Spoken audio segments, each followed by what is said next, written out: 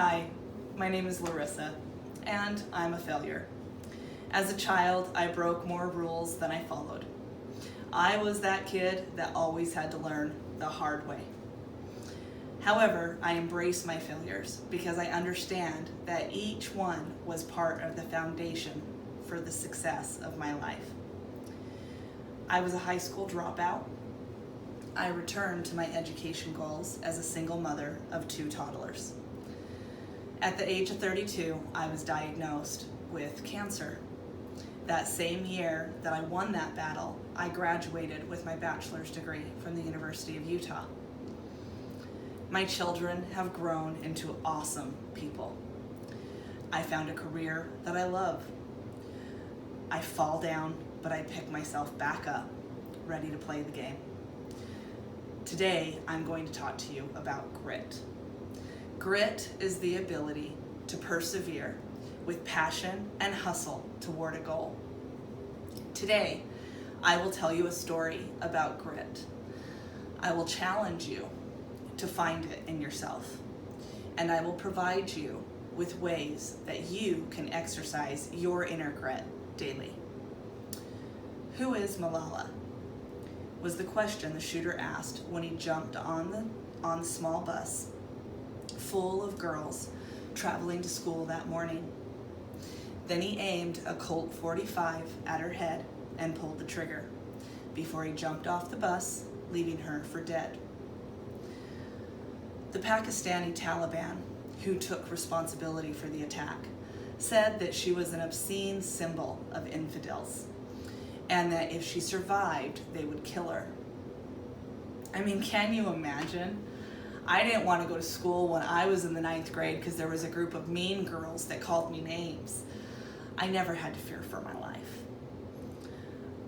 The 14-year-old girl spoke out against the most terrifying bully in the world. She wanted to bring attention to the battle for education for girls in Pakistan. She nearly lost her life.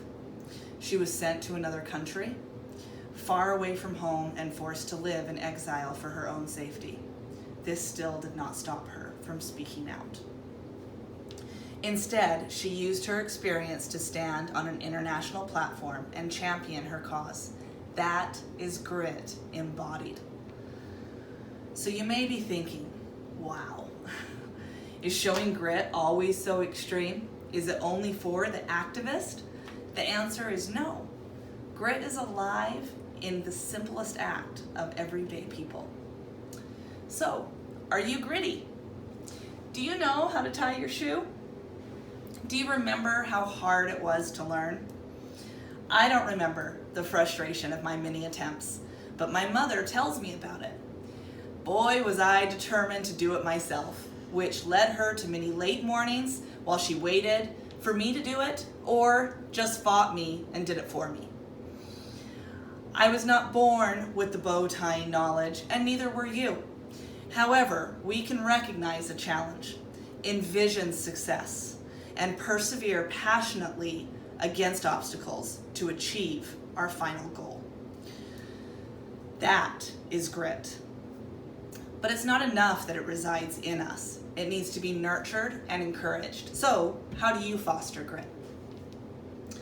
1, you recognize your accomplishments, even those that seem simple every day. You make a record, verbal or written, so that you can review it when needed. 3rd, you envision accomplishment.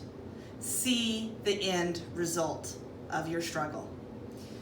4, you build strength by accepting failure as part of your success. And 5, you practice gratitude daily. Grit is not only alive in activists like Malala. We all have personal struggles and the ability to triumph. But resiliency requires attention. Ask any athlete and they will tell you that they had to leave their comfort zone in order to build muscle, stamina, and skill. Grit is exactly the same way. You must exercise resiliency. You must foster acceptance of failures and be grateful for your achievements so that you can adapt and persevere through obstacles. You are pursuing your graduate degree, and I commend you. You have experienced challenges. I was intimidated by this presentation. I acknowledged my previous experiences, including the times that I failed, so that I could learn how to be better. I chose to be stronger than my fear. I exercised grit. Today, I challenge each of you to exercise your inner grit, to be stronger than your fear, because that is what grit is all about.